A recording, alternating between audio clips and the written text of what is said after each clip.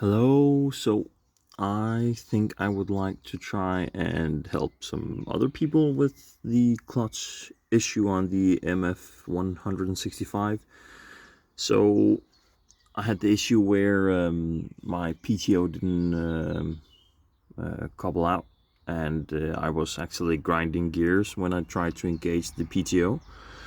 I was told there was two ways where you could adjust the clutch. The first one is here with the engagement of the pedal. So you have the pedal right here, and what you want to try is to have 2.5 centimeters pressing down before you engage the lever.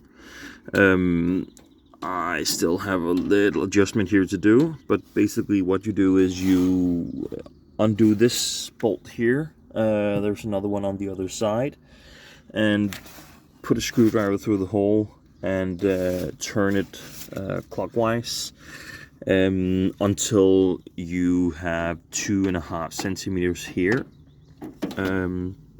Maybe that is enough to do the trick. It wasn't in my case, but that's the first adjustment you can do easily. The second part is a bit more difficult. I have a front loader on my Ferguson and also have a house on it. So if you have that, you need to remove the securing down to the underside of the tractor. So if you can imagine from up here, you have one going down here. There's 4 bolts in here, and this is the inspection up to the clutch house, I think it's called. And basically what I did was just put the loader down and sit on the ground, and that's actually sufficient. Nothing's moving. So you just remove the bolt from the loader, if you have that on, of course, and you remove the bolts from the housing. You have 2 over here, and fully the same in the other side as well. And then to the exciting part right here, up here, I'm not sure, I'm trying to see if we can see with this one. So up in here you have the yeah, I think you can actually see it up here. So exactly right there inside the clutch house here, you can see the clutch. And the issue is that those 2 bolts you see up there, you see 2 bolts.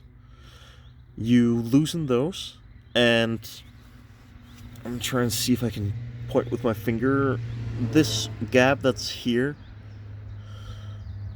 yeah, the gap here between this bolt my nail is pointing on and this plate here, that's the place where you want to make sure that the gap is something from factory about 2.2 millimeters. I did 2 millimeters. I've heard that the gap can be adjusted a bit smaller, since there's some wear on the tractor from the many years of use. So I put it to 2 millimeters of the gap. Remember, there's 3 bolts, so you have to turn the clutch around. Either you can do that with the starter. I did that in the beginning, but actually found out that you can actually, if you have the finger strength, you can actually do it with your fingers from the underside, and you don't have to move up and down or have help doing it. So remember, there's 3 bolts. Unscrew the inner bolt towards the tractor motor, and so you have a loose bolt there, and then pull the outer bolt out until you have a 2.2 millimeter gap, or in my case I just did 2 millimeter. That worked fine.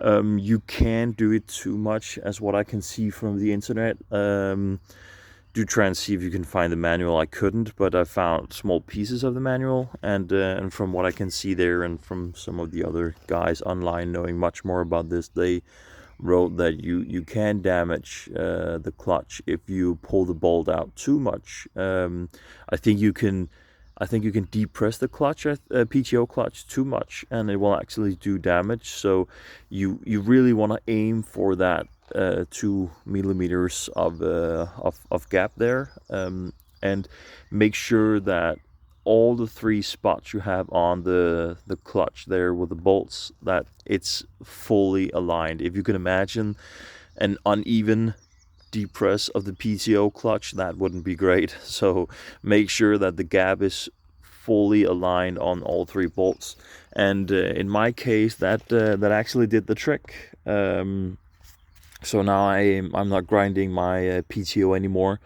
so that's really nice. But yeah, write some comments if you could use it. Let me know if I said anything wrong. Maybe I can redo it. Bye.